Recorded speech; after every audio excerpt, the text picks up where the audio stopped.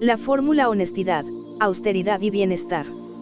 Los tecnócratas nunca consideraron, para usar su propio término, la variable de la corrupción como un obstáculo para el funcionamiento del propio modelo neoliberal. La materia de probidad y honestidad nunca se impartió en las universidades donde se formaron quienes, al paso del tiempo, llegaron a ocupar las secretarías o los ministerios de Hacienda o Economía en la mayor parte de los países del mundo. Puede ser que este asunto no resultara importante en otras naciones, pero en México era y sigue siendo una asignatura indispensable. No se trata de un asunto retórico o propagandístico, es un hecho demostrable que la crisis de México se originó no solo por el fracaso del modelo económico neoliberal aplicado en los últimos 36 años, sino también por el predominio en ese periodo de la más inmunda corrupción pública y privada.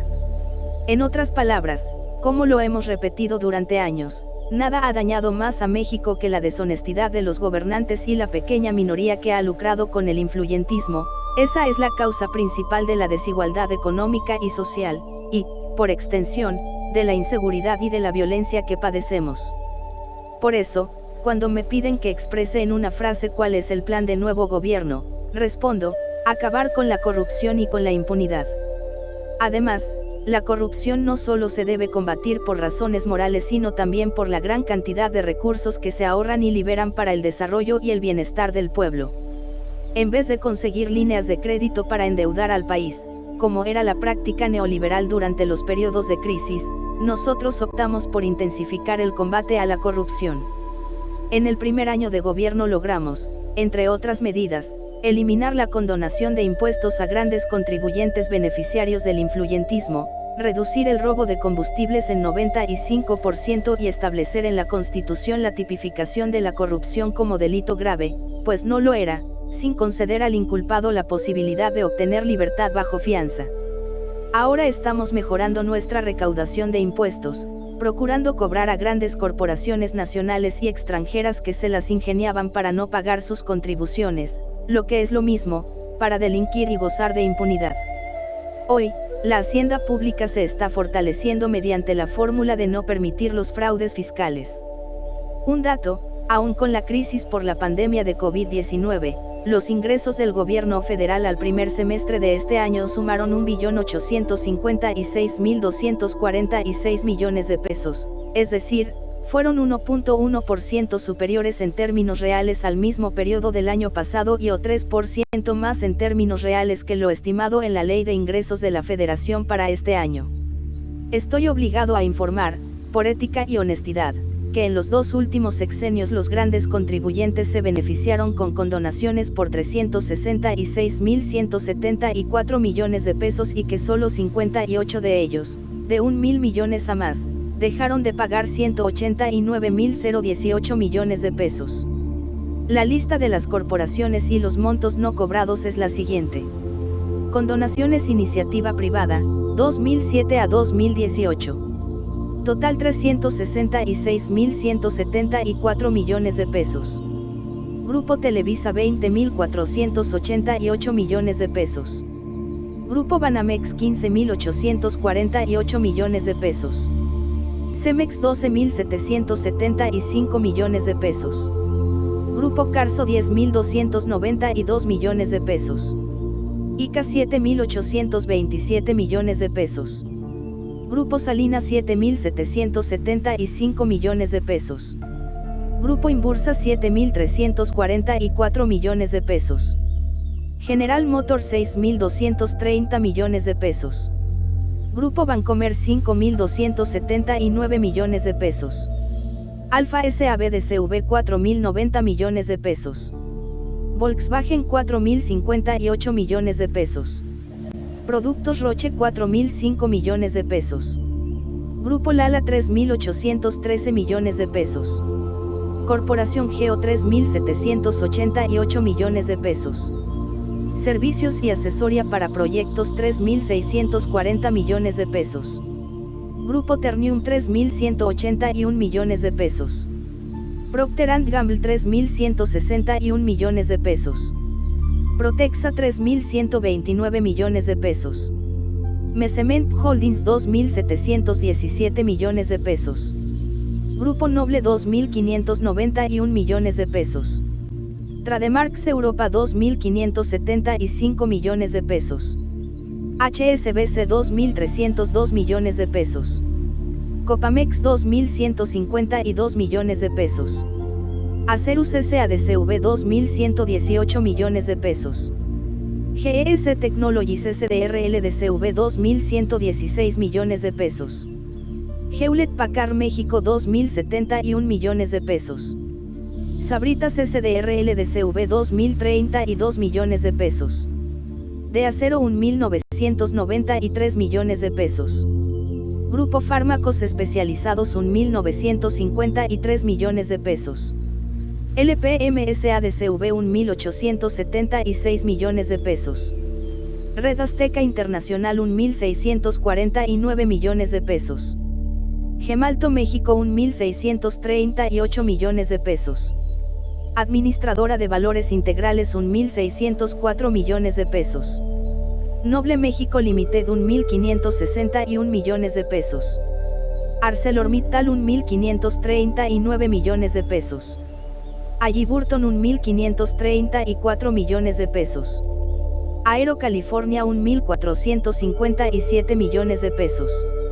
Banco Mercantil del Norte 1.436 millones de pesos.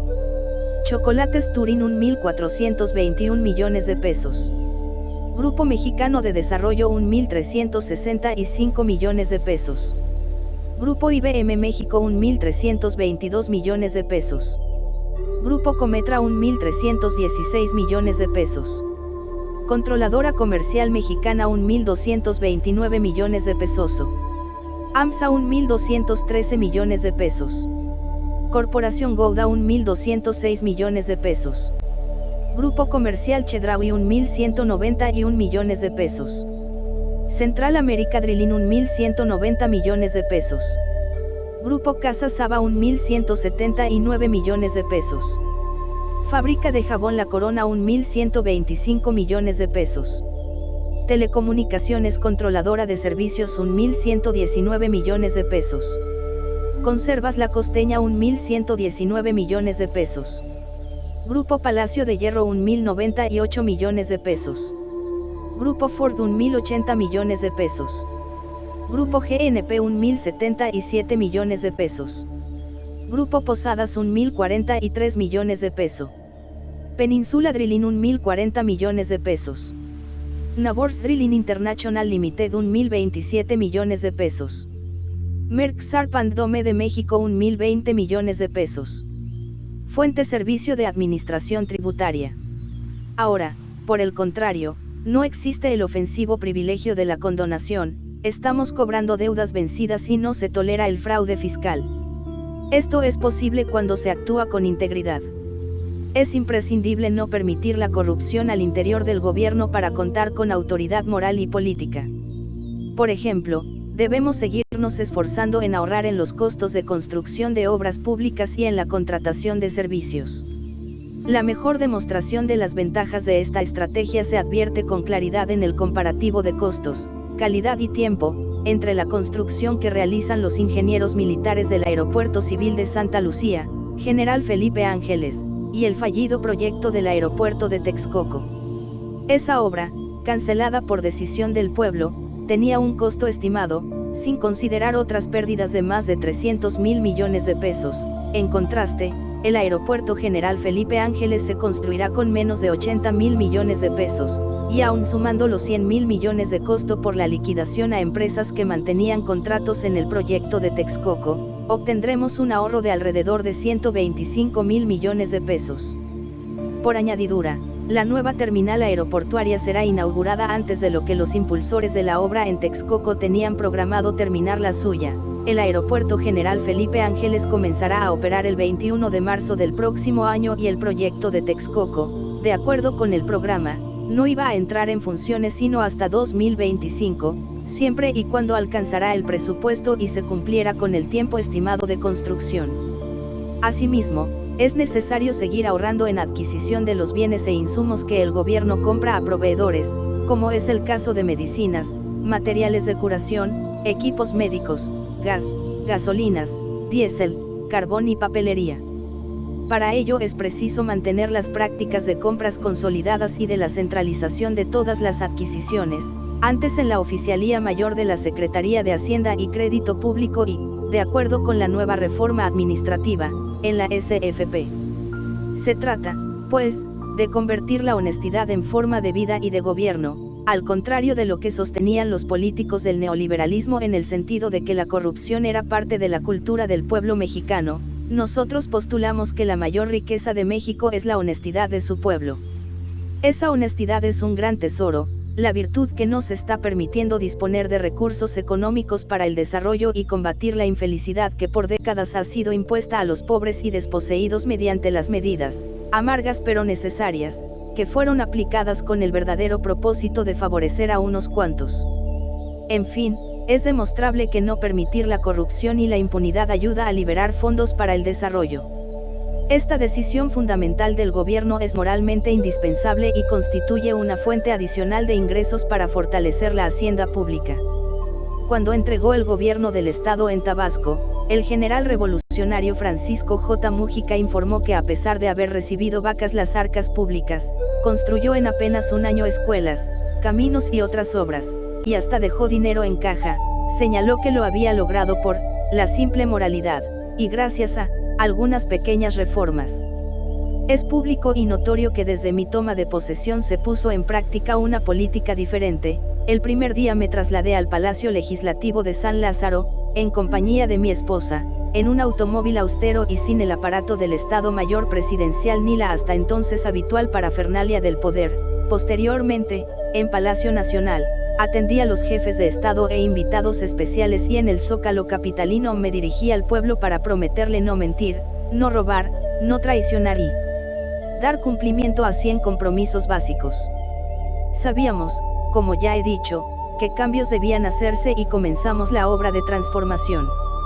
Entre otras reformas constitucionales y legales de gran importancia, se tipificó la corrupción, el robo de hidrocarburos y el fraude electoral como delitos graves, se creó la Guardia Nacional, se canceló la condonación de impuestos, se garantizó la posibilidad de realizar consultas populares, se aprobó el procedimiento de la revocación del mandato, se eliminó el fuero presidencial para que quien ocupe el cargo pueda ser juzgado por cualquier delito como un ciudadano común. De inmediato comenzamos a combatir la corrupción y a poner en práctica una política de austeridad republicana. Hemos ahorrado, en 2 años 8 meses, 1.400.000 millones de pesos en compras y contratos, reduciendo al mínimo el robo de combustible, el llamado huachicol, disminuyendo drásticamente la defraudación fiscal y otras malas prácticas dañinas que proliferaban en la hacienda pública en el antiguo régimen. La austeridad y la cancelación de fideicomisos y fondos que se manejaban de manera discrecional, deshonesta y en beneficio de minorías también nos ha permitido liberar más presupuesto en beneficio del pueblo. Con esta fórmula de combatir la corrupción y gobernar sin lujo ni frivolidad, hemos podido cumplir los compromisos de no endeudar al país, no aumentar impuestos, no subir los precios de los combustibles y, lo más importante, esta nueva política económica, fincada en la moralidad, nos ha permitido financiar programas sociales para el bienestar de nuestro pueblo, en especial para los más pobres y marginados. Ya es realidad la pensión universal para los adultos mayores, el apoyo a niñas y niños con discapacidad, la entrega de becas a estudiantes de familias pobres y la atención médica y los medicamentos gratuitos, programas que, por cierto, ya se elevaron a rango constitucional y están establecidos como derechos de observación obligatoria para quien esté en el gobierno.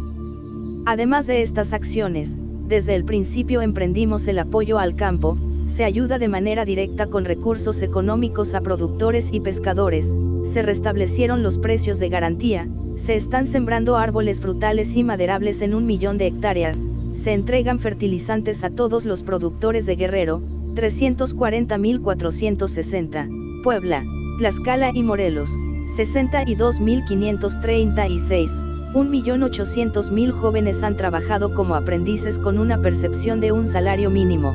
No hemos dejado de pagar a médicos, enfermeras, soldados, marinos y otros servidores públicos.